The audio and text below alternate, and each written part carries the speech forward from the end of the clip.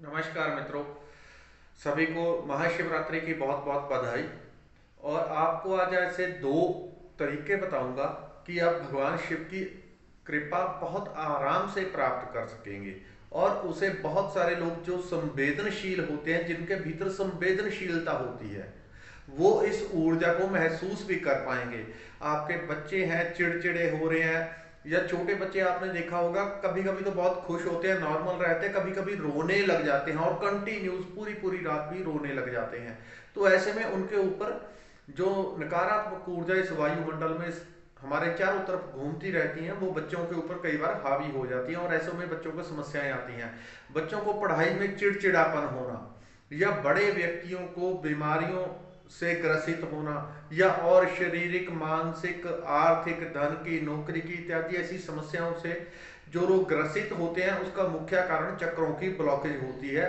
Blockage अर्थात शरीर में कॉस्मिक एनर्जी, जीवन ऊर्जा, प्राण ऊर्जा, रेकी शक्ति की कमी, उसी के कारण ये ब्लॉकेज, ये समस्याएं होती हैं। आपको दो सिंपल से तरीके 2 मिनट में समझा देता हूं, जो आप अभी महाशिवरात्रि पे आजमा सकते हैं। इन्हें आप कभी भी साल में कर सकते हैं। इससे आपको प्राणवायु अर्थात सकारात्मक ऊर्जा, पॉजिटिव ऊर्जा, जो कॉस्मिक एनर्जी है, वो आप अधिक मात्रा में रिसीव कर पाते हैं, अधिक मात्रा में आपका शरीर सोखता है।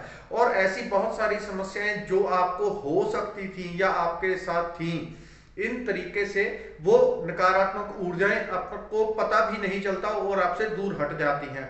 आप नकारात्मक ऊर्जाओं से मुक्त हो जाते हैं। आपकी बहुत सारी समस्याएं अपने आप सॉल्व हो सकती हैं, होती ही हैं, 100% होती हैं। वो बात अलग है कि आप उन्हें कितनी गहराई से उस पॉजिटिव ऊर्जा को महसूस कर पाते हो।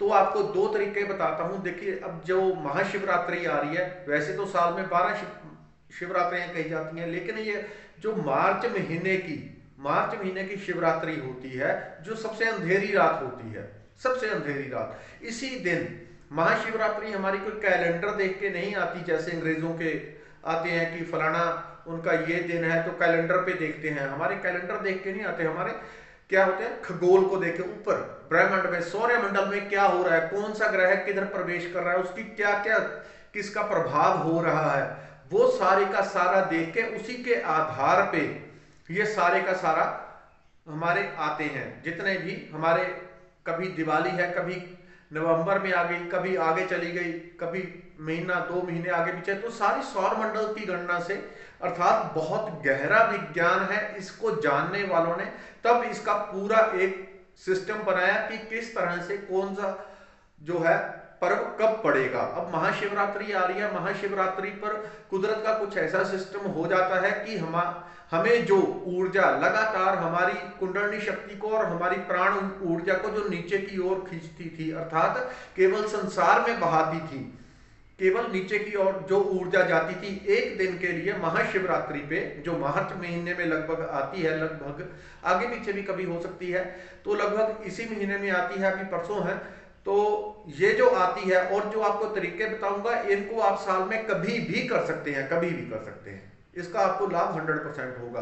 तो इस दिन पे जो प्राण ऊर्जा है वो मुक्त रहती है, अर्थात एक हमारी धरती, ये सौरमंडल एक ऐसे कोण पे होता है जहां से धरती का गुरुत्वाकर्षण हमारी प्राण ऊर्जा को नहीं खींच रहा होता, वो मुक्त होती है, और कुंडलनी हमारी सतह ऊपर उठने लगती है। जब कुंडलनी ऊपर उठती है तो वो अपने आप सबसे पहले ब्लॉकेज को हील करती है, बीमारियों को, समस्याओं को, चाहे वो शारीरिक हो, मानसिक हो, आध्यात्मिक, आर्थिक, कैसी भी हो, उनको हील करती है।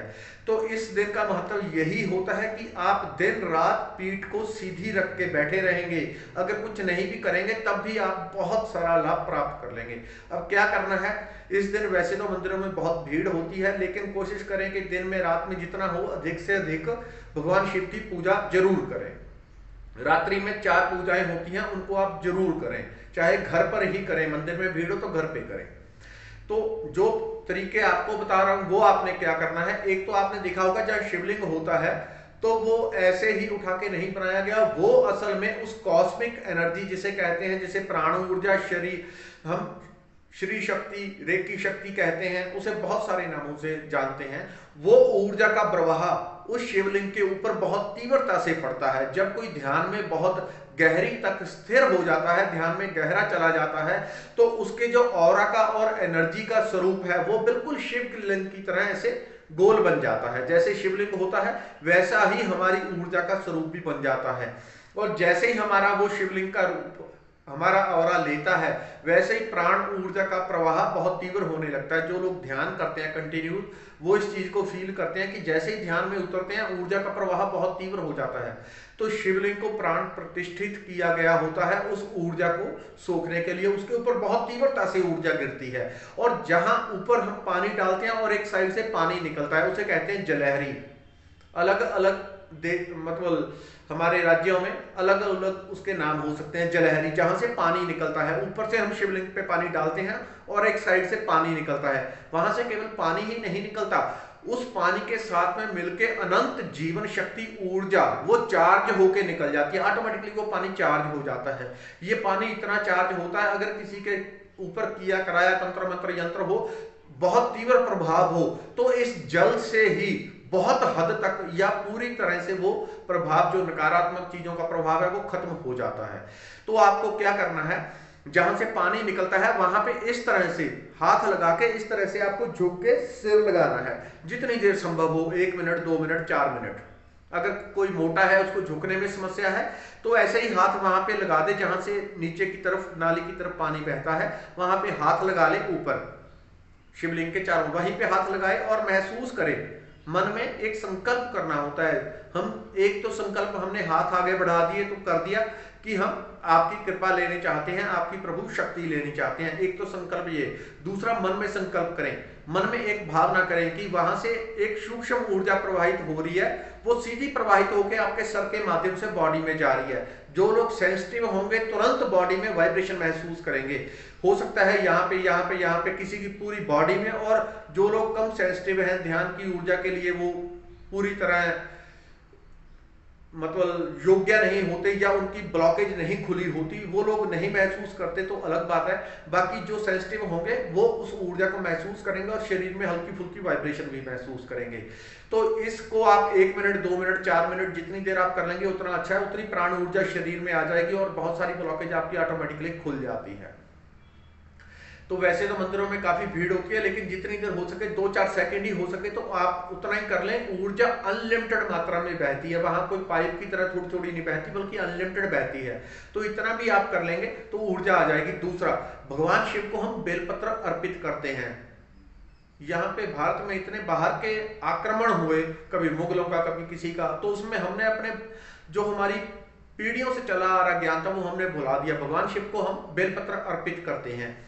उसमें से एक ये भी था कि उसमें से एक बेलपत्र अर्पित करने के 1-2 मिनट बाद या पहले किसी ने अर्पित किया हो उसको आप उठा लें। उस बेलपत्र को आप, जो भी व्यक्ति अपनी सकारात्मक ऊर्जा बढ़ाना चाहता है, नेगेटिविटी को हटाना चाहता है, उस बेलपत्र को लेके वो अपनी जेब में यहाँ पे धारण करे या लेट जाए थोड़ी देर अपने यहाँ पे कहीं भी रख ले। या आपके बच्चे रात को रो रहे हैं, उसे आप घर में रख सकते हैं। बच्चे रात को रोते हैं, समस्या में है, तो उसकी बॉडी से 2-4 मिनट के लिए टच कर दें, तुरंत बच्चे की नेगेटिविटी दूर हो जाएगी। बच्चे पढ़ाई में गड़बड़ कर रहे हैं, नहीं पढ़ रहे, कुछ भी है, तो उन बच्चों के आप जेब में 5-10-20 मिनट या पूरे दिन के लिए उस बेलपत्र को रख दें। उससे उनकी जो नेगेटिविटी उनके ऊपर आई है वो तुरंत प्रभाव से हटेगी और पॉजिटिव ऊर्जा उनके शरीर में प्रवाहित होने लगती है।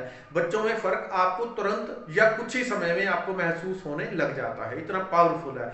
बाकी जिन लोगों ने कोर्स वगैरह करना है उसके लिए मैंने व्हाट्सएप नंबर अपना दिया है एक, उस पर सिर्फ व्हाट्सएप ही होगा, आप मैसेज कर सकते हैं। या किसी को ध्यान में, रेकी में कोई ज्यादा समस्या आ रही है, कोई आपका ज्यादा समस्या है, तो वहां पे आप क्वेश्चन कर सकते हैं, लेकिन छोटे छोटे ऊटपटांग क्वेश्चन नहीं करने। मैं कहाँ बैठूं, किस तरफ बैठूं, मैं हाथ ऊपर नहीं कर सकता, नीचे नहीं कर सकता, उसके लिए आप वीडियो देखें, हर चीज वहां पे मैंने बताई है, उसको गहराई से समझें। तब भी उसके बाद कोई समस्या हो तो आप वहां पे व्हाट्सएप के ऊपर मैसेज कर दें, वो डिस्क्रिप्शन में आपको नंबर मिल जाएगा। धन्यवाद, नमस्कार।